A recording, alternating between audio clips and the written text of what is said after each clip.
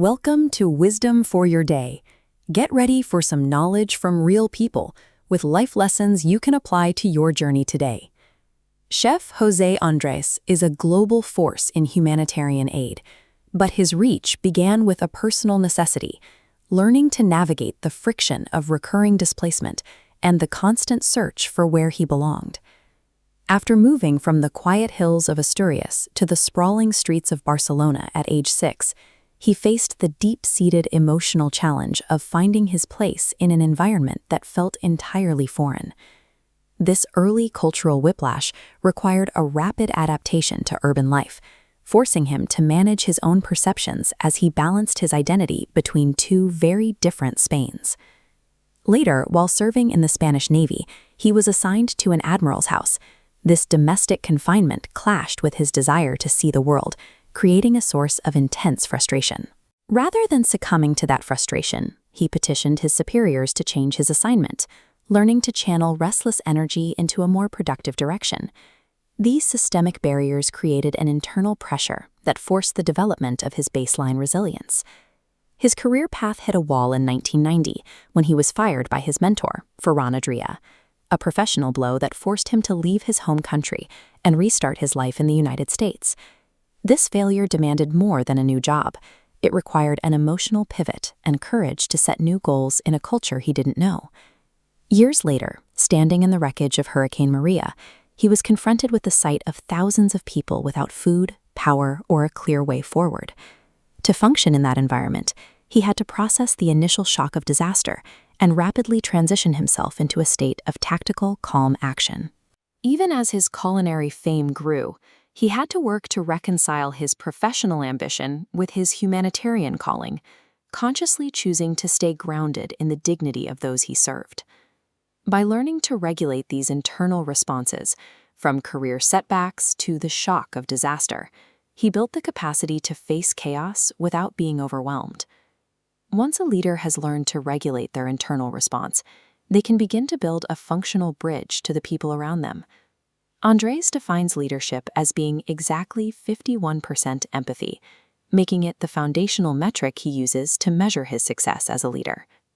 Prioritizing empathy allows him to look past logistics and understand the specific human needs of his team and the communities they enter. He pairs this with a manic energy and a relentless curiosity, driving him to learn new cultures and techniques as an open, emotionally intelligent learner.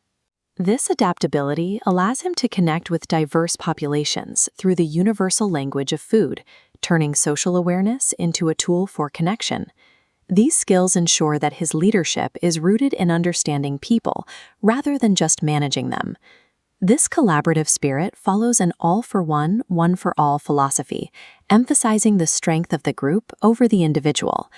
This social strength allows him to gather vast networks of helpers during crises, turning a single vision into a massive, coordinated effort. He avoids viewing a lack of resources as a permanent state, instead reframing large-scale problems as opportunities for innovation.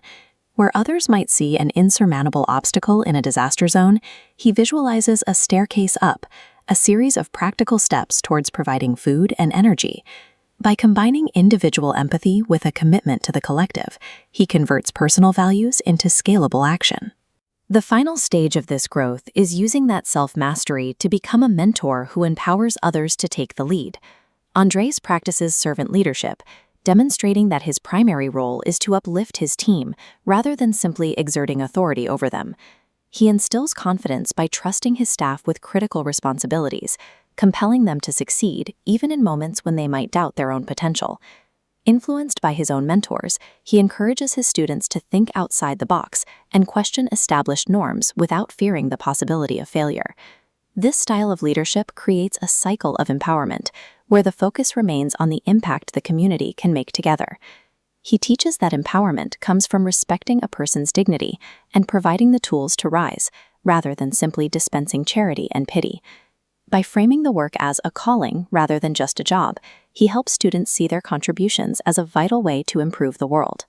This path of service remains open to anyone willing to do the internal emotional work required to put the dignity of others first. No one succeeds alone. Today, let their journeys educate your choices, their focus motivate your discipline, and their strategic soul inspire your purpose. You have the tools. Now apply them to your journey today. This has been Wisdom for Your Day. Help us spread this wisdom by liking, subscribing, and following. For more deep dives into the lives of changemakers, visit us on YouTube by the same name. Large-scale change in the world does not begin with an external movement. It begins with an internal decision.